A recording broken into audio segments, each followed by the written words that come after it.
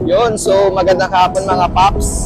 Ngayon ay hapon na. So napasugod tayo sa Ongpin dahil nga sa meron tayong extra pera. Bibili tayo ngayon ng gold. Inutusan ako ni Mrs. na bumili ng gold. Pupunta tayo sa Ongpin kasi doon maraming gold na magaganda. And makakapamili tayo ng magandang design doon. Doon sa makakamura tayo ng konti. Yung ginagawa kasi namin mga paps, pag meron kaming extra pera, konting pera, bumibili kami ng gold paunti-unti. Nag-umpisa kami sa mga lightweight na gold, mga mumurahin lang. And na-realize namin na taon-taon siya tumataas mga paps. Bigyan ko kayo ng isang example. Yung example na binili namin na gold, nagkakahalaga lang yun ng 10,800. 10,800 siya. Bili ko siya 21K, sing-sing 21K. No, mura pa kasi noon eh. And after 1 year, pag-check namin sa pawn shop, sa sanglaan, mataas na yung ano niya, mataas na yung appraisal niya, mataas na yung sangla niya. So, kumita na kami bukod dun sa pagbili namin ng gold, presyo niya na 10,800. Pumalo na siya ng 15,000 mahigit na pataas. Yun yung binili ko na 21 karat na gold. So, yung ginagawa namin, pag nakakapag-ipon kami ng konting pera, nakakapagtabi kami ng konting pera, or inaalok kami ng bangko ng pera, binibili namin siya ng gold para investment na din. Hindi kami nagdi-deposit ng pera sa bangko, hindi kami nag-i-stock ng pera sa bangko. Ginagawa namin is binibili namin siya ini-invest namin siya sa gold.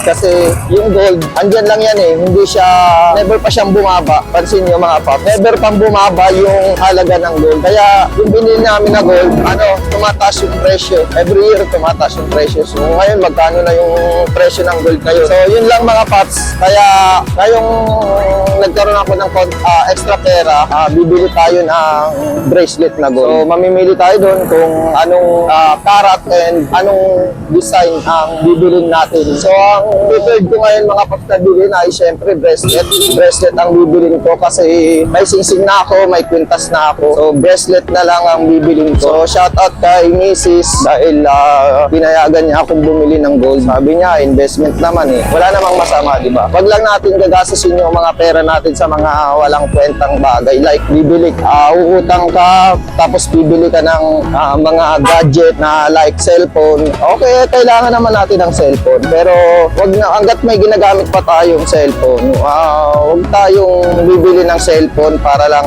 sumabay sa uso. Kasi siyempre, pera ang hirap kitain. Invest natin sa magandang investment. Nandiyan yung mga investment na negosyo, lupa, marami dyan.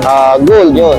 Para sa amin yung pinaka mabilis at easy investment yung gold. Kasi yung gold kasi hindi masyadong kamahalan. Pwede ka mag-start sa mga lightweight, 5K, 10,000, 20,000, 15,000. Yung sa hanggang sa makaipon ka ng maraming gold. And yung gold naman is hindi naman talaga siya bumababa yung presyo ng gold. So yun lang mga paps, tips ko lang para sa mga nagsisimula pa lang sa kanilang buhay ay mag-invest tayo ng para sa ating kinabukasan. So samahan nyo nga ako ngayon guys, let's go!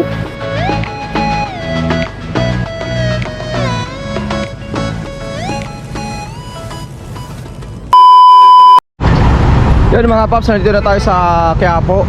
Dito nga tayo ngayon sa Chinatown Gold Center. Diyan tayo bibili ng gold mga paps. Ayun, ang lawak niya no. Sa loob kasi mga paps bawal ang camera, so nandito lang yung aking video. So diyan tayo bibili mga paps. Ayun no.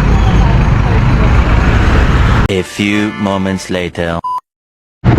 So ayun mga paps, tapos na tayo makabili dito sa Chinatown Gold. Ang aga dito magsara, muntik pa tayong maabutan ng closing. 5 PM ang kanilang closing dito. So dumating tayo 4:30, nakapili agad tayo. May mga open pa naman mga papi, pero yung iba maaga nagsasara. So ayan lang mga paps, nakabili na tayo. Masaya tayo ngayon dahil nakapag-invest naman tayo ng kahit papano sa ating sarili. Ipopost ko sa aking FB account yung nabili ko kung anong style at design, kasi hindi ko pwedeng buksan dito kasi medyo delikado.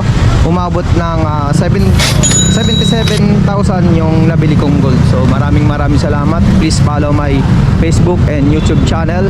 Maraming salamat. Let's go!